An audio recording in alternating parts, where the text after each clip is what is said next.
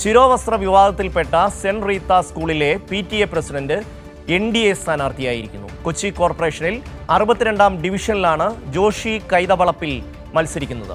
പുതുതായി വന്ന വാർഡിലാണ് ജോഷി മത്സരിക്കുന്നത്. അമൽനാഥ് പാടിച്ചാൽ ചേരുകയാണ്.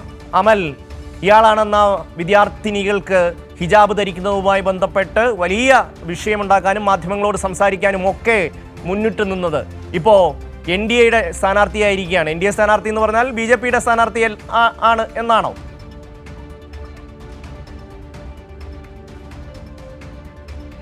ഷമേ, ശിരോവസ്ത്ര വിഭാഗത്തിൽപ്പെട്ട സെന്റ് റീത്ത സ്കൂളിലെ PTA പ്രസിഡന്റാണ് നിലവിൽ NDA സ്ഥാനാർത്ഥിയായി മത്സരിക്കുന്നത്.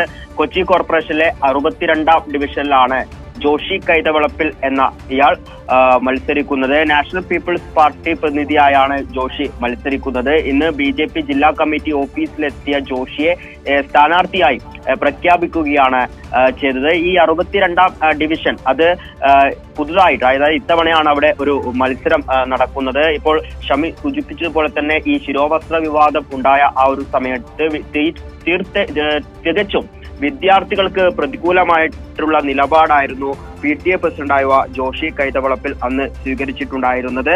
അതായത് ഈ സ്കൂളിലെ പ്രിൻസിപ്പൽ, ശിരോവസ്ത്രം ധരിച്ച പ്രിൻസിപ്പൽ കുട്ടിയോട് ഈ ഹിജാബ് ധരിച്ച് സ്കൂളിലേക്ക് കയറാൻ വേണ്ടി പാടില്ല എന്ന രീതിയിലുള്ള കാര്യങ്ങൾ പറയുന്നു. അത് സ്കൂളിന്റെ നിയമമാണ് എന്ന രീതിയിൽ കാര്യങ്ങൾ പറയുന്നു. അപ്പോൾ വലിയ വിമർശനങ്ങളായിരുന്നു ഉയർന്നിട്ടുണ്ടായിരുന്നത്. അതായത് ശിരോവസ്ത്രം ധരിച്ച പ്രിൻസിപ്പൽ എന്തുകൊണ്ട് ഒരു കുട്ടിയോട് ഇങ്ങനെ പറയുന്നു, ഹിജാബ് ധരിച്ച് വരാൻ വേണ്ടി പാടില്ല എന്ന് പറയുന്നു. കുട്ടികൾക്കും ടീച്ചേഴ്സിനും സ്കൂളിന്റെ നിയമത്തിൽ തുല്യതയല്ലേ വേണ്ടത്? അത്തരത്തിലുള്ള വലിയ രീതിയിലുള്ള വിമർശനങ്ങളൊക്കെ ഉയർന്നിരുന്നു. അന്ന് ഇവിടെ വാദിച്ചിട്ടുണ്ടായിരുന്നത് പ്രധാനമായും ഈ PTA പ്രസിഡന്റായിരുന്നു. ആ സമയത്ത് അദ്ദേഹം സൂചിപ്പിച്ച ഒരു കാര്യം, തനിക്ക് രാഷ്ട്രീയമില്ലെന്നും സ്കൂളിന്റെ ഭാഗത്തു നിന്നാണ് സംസാരിക്കുന്നത് എന്നുമായിരുന്നു അദ്ദേഹം സൂചിപ്പിച്ചത്.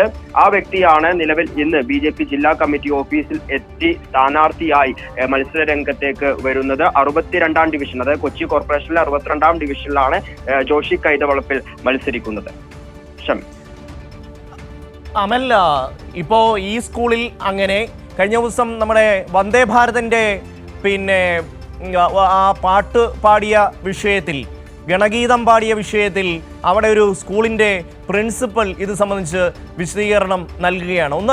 ഒന്ന് നോക്കിയാൽ ഈ നമ്മുടെ സംസ്ഥാനത്തെ വിദ്യാഭ്യാസ സ്ഥാപനങ്ങളിൽ ഏതൊക്കെ തലത്തിൽ, അത് ക്രിസ്ത്യൻ മാനേജ്മെൻ്റ് ആയാലും അത് മറ്റ് മാനേജ്മെൻറ്റുകളായാലും സംഘപരിവാർ ഇടപെടുന്നുണ്ട്. അവരുടെ ആൾക്കാർ ഈ സ്ഥാപനങ്ങളിലെല്ലാം എത്തിയിരിക്കുന്നു. അവിടെയെല്ലാം ചില നിർണായക സന്ദർഭങ്ങളിൽ അവർ ഈ പറയുന്നത് പോലെ PTA പ്രസിഡന്റ് അല്ലെങ്കിൽ മറ്റ് വേഷങ്ങളിൽ വന്ന് അവർ അവതരിക്കുന്നു. വളരെ കൃത്യമായി അവർ സംഘപരിവാറിൻ്റെ രാഷ്ട്രീയം അവിടെ നടപ്പിലാക്കുന്നു. സമൂഹത്തിൽ സ്പർദ്ധയുണ്ടാക്കാൻ ശ്രമിക്കുന്നു. അമൽ, ഷമി, തീർച്ചയായും കഴിഞ്ഞ കാലങ്ങളിലൊക്കെ തന്നെ നമുക്ക് അത് വ്യക്തമായിട്ടുള്ള കാര്യമാണ്. ഇപ്പോൾ 2 ഉദാഹരണങ്ങൾ ഷമി സൂചിപ്പിച്ചത് തന്നെയാണ്. ഇപ്പോൾ ഈ ഹിജാബ് വിഷയം, ഒപ്പം തന്നെ ഈ വന്ദേ ഭാരതിന്റെ ഏറ്റവും പുതിയ സർവീസ്, അതിന്റെ ഉദ്ഘാടന സമയത്ത് ഗണഗീതം പാടിയതുമായി ബന്ധപ്പെട്ട വിഷയങ്ങൾ. ഈ 2 വിഷയങ്ങൾ എടുത്ത് പരിശോധിച്ചാൽ നമുക്ക് മനസ്സിലാക്കാൻ വേണ്ടി സാധിക്കും. ഈ ഗണഗീതം പാടുക എന്നതിനപ്പുറത്തേക്ക് അതിന്റെ വീഡിയോ സദേൺ റെയിൽവേയുടെ, അതായത് അവരുടെ ഔദ്യോഗിക ഫേസ്ബുക്ക് പേജിൽ അപ്ലോഡ് ചെയ്യുക, അത് വലിയ വിവാദത്തിലേക്ക് കടക്കുന്ന ഒരു സാഹചര്യമായിരുന്നു. സമാനമായ ഒരു സംഭവം തന്നെയാണ് ഈ ഹിജാബ് വിഷയത്തിലും കാണാൻ വേണ്ടി സാധിച്ചത്. അതായത് ഈ ഹിജാബ് വിഷയത്തിൽ സ്കൂളിന്റെ കൂടെ നിൽക്കുന്നു എന്ന് പറഞ്ഞാണ് ഇദ്ദേഹം, ഈ PTA പ്രസിഡന്റ്, പലപ്പോഴും മാധ്യമങ്ങളോട് പ്രതികരിച്ചിട്ടുണ്ടായിരുന്നത്. എന്നാൽ കൃത്യമായ രീതിയിൽ തന്നെ അദ്ദേഹത്തിന്റെ രാഷ്ട്രീയം അദ്ദേഹത്തിന്റെ വാക്കുകളിൽ നിന്ന് മനസ്സിലാക്കാൻ വേണ്ടി സാധിച്ചു. കൈരളി അവിടെ പോയ സാഹചര്യത്തിൽ വ്യക്തമായ ചോദ്യം ഉയർത്തിയതാണ് ഇദ്ദേഹത്തോട്. അതായത് ഈ ഒരു വിഷയം അത് വലുതാക്കിയത് അത് BJP പ്രവർത്തകർ തന്നെയായിരുന്നു.